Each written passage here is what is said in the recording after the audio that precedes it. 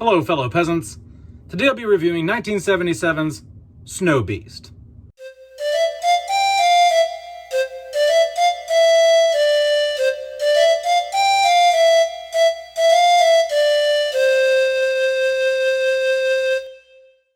Alright, so I watched SnowBeast. This is from 1997.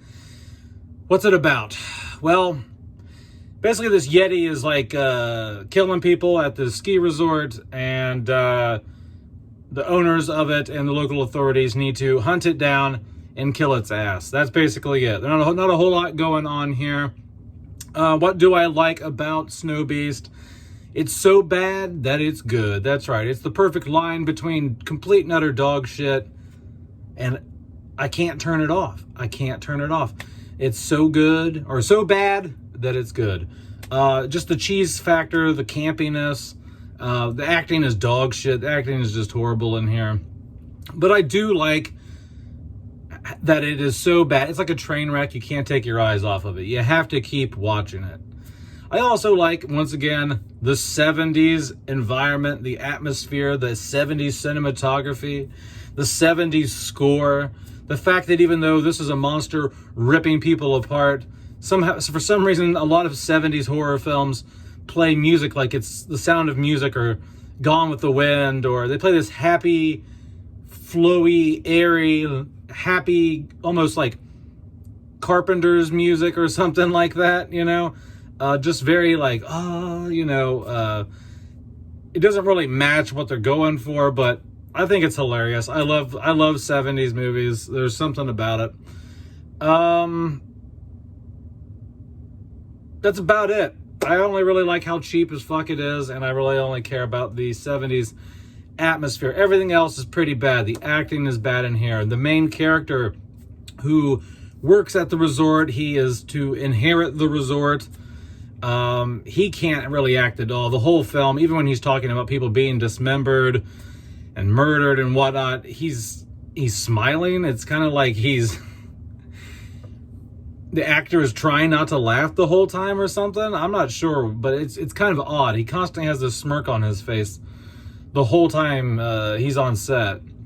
There's these subplots where the guy who's going to inherit the resort is like kind of like messing around with his ex who brought her Olympic fiance or husband to the resort, and he previously had a thing with this guy's wife and whatever. There's a whole like love triangle thing going on that you really don't care about. And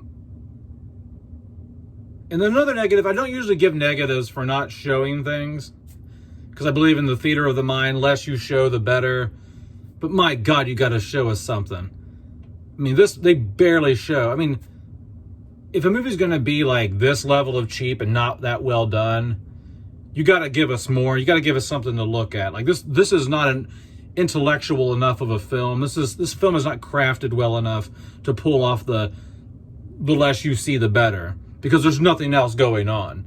So if you're going to have dog shit characters and dog shit plot, you know what I mean, and dog shit dialogue, you better give us a lot of monster, and you don't. So you don't see the monster but for maybe like 6 seconds out of the whole entire film. Even when they kill the son of a bitch, they don't show his body. You don't even know if he's actually dead. You just assume he is because they're looking down the hill where the monster fell after they stabbed him, and they're just like, yeah, there he is. So, I mean, you assume he's dead, but it's just like, can we see his body? We went the whole film. Can we see his dead body? We want to see like the skating stick or whatever that is, the ski, the things they ski with, they have the metal poker on the end, whatever that's called. That's what they stab him with at the end. It's like, can we just see that sticking out of his head or out of his back or something? We don't even get that. So I know I said to watch this. You're probably thinking, why are you recommending this when you're ripping it apart? It's because it's just, you can't take your eyes off it. It's so bad that it's good. It strikes that balance. It's like, wow, this is dog shit, but I gotta keep going. There's something about it. They even had this like ceremony, this festival to celebrate the anniversary of the resort, and At one point, like, the monster breaks into the gym. Still don't even show him. They just show people running around like, oh, fuck, there's a monster in here. And then the lady who runs the resort, the old lady, because they're going to crown somebody. They're going to make someone like queen of the resort, or I don't know what the hell is. She's not worried about like the people getting trampled and murdered by the beast. She's like, the crown, because the crown's getting stepped on from all the people running away from the monster.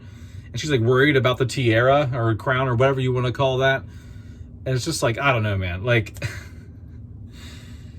go watch this. It's free on Tubi. If you enjoy movies that are so bad that they're good, can't take your eyes off it, and you don't know why, you know it's a piece of shit, but you keep watching anyway, this is right up your alley. This is right up your alley. I recommend it in that sense. If you do not like so bad that it's good movies, do not watch this, and you're not going to enjoy it if you can't appreciate a piece of shit every now and then. All right, guys, have a good one, peasants. Peace out. Bye-bye.